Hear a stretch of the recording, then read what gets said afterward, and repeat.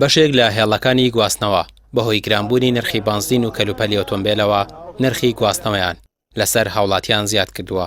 ئەو شۆفێرانەی نرخی گواستنەوەیان زیاد کردووە هێڵەکانی سنووری شار و شارۆچکەکانی سلێمانین و شۆفێران دەڵێن گرانکردنی نرخی گواستنەوە تەنها پەیوەندی بە بنزینەوە نییە، سەرجەم کەلوپەل و پێداویستیەکانی دیکەی ئۆتۆمبیل گران کراوە.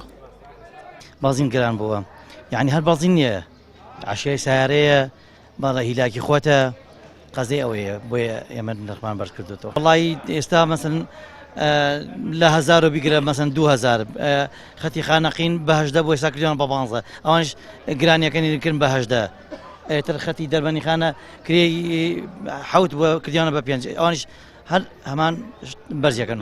لەبەرەوە کردمان 3000 بنزین ئەو کاتێن بە دوونی وشمانەگرت بنزین 500 ئێستا بنزین ڕۆژە بۆ 1000 ئێم 500 ماخسەسەی زۆر کەم ماخسەسەی لەوە پێی بەرزنیە ساوی بۆکەی ئێستا هەر بنزینە قوربانیامێت جووتێتایی ئەمە لەوە پێش سەیمە دوو جووتم چەندەوە 900 ئێستا وەسی وەرەقەیە هەر ئەوە نیە ڕۆن گران بوو هەرچی جێ گران بوو.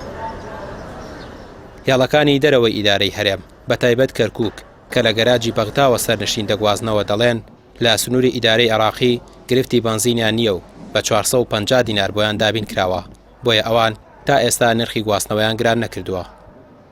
ئامادەنیم ئێمە بەرسەر بەرزەوەکەن مەڵام حکوومەتی شاوی لە ئەم خەڵکەوە بێت تۆزێ ئەوی کە خەتەکانی دەرەوەی شارە با تۆزێ بنزینەکەمان بۆ هەرزانکە خەسی سوتەمەندەکەی زیاتر ئەگەر تۆزێ بنزینمان بۆ دابین کە ئێمە خەت ئامادەنی نرخیشمان بەرزەوە نەکردو ئامادەش نین و باسیشمان لێ نەکردو تا ئێستاکە بەرزیشی ناکەین و هیچ لە بەرنامەشمان نانێ بڵین بەرزەکەینەوە.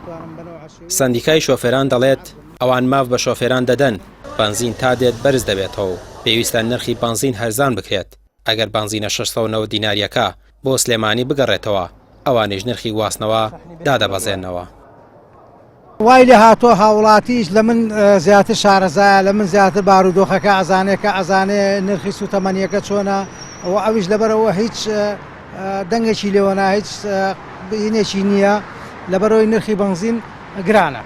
بەڵێ نرخی هێڵەکان دابەزێنەوە هیچ کاتێک شۆفێری تەکسی و پاس لەگەڵ زیادکردنی نرخانە بوو بە دڵنیایەوە وعدتان پێدەین ئەو بڕێی کە ئێستا لە ئێستادا کە جەنابەت باسی لێگە هاوڵاتیان گلیان هەیە لەسەری لەسەر 250 دیناریە 500 ناکە چۆت سەر نرخی کرێ هاتچۆکانیان ئەو کرێ دابەز. گرانبوونی هەر کەلوپەل و بابەتێکی دیکە دوجار بارگرانیەکەی بۆ هاوڵاتیە بە پلەبەندی حکومەت لەسەر بازرگان گرانی دەکات، بازرگان لەسەر فرۆشیار و کۆگاکان ئەوانیش لەسەر هاوڵاتی. زیادکردنی باج و ڕسومات کەم نەبوو، گرانبوونی نرخی بنزینیشی هاتۆتە سەر و گرفتێکی گەورەی بۆ شۆفێران و هاوڵاتیانیش دروست کردووە.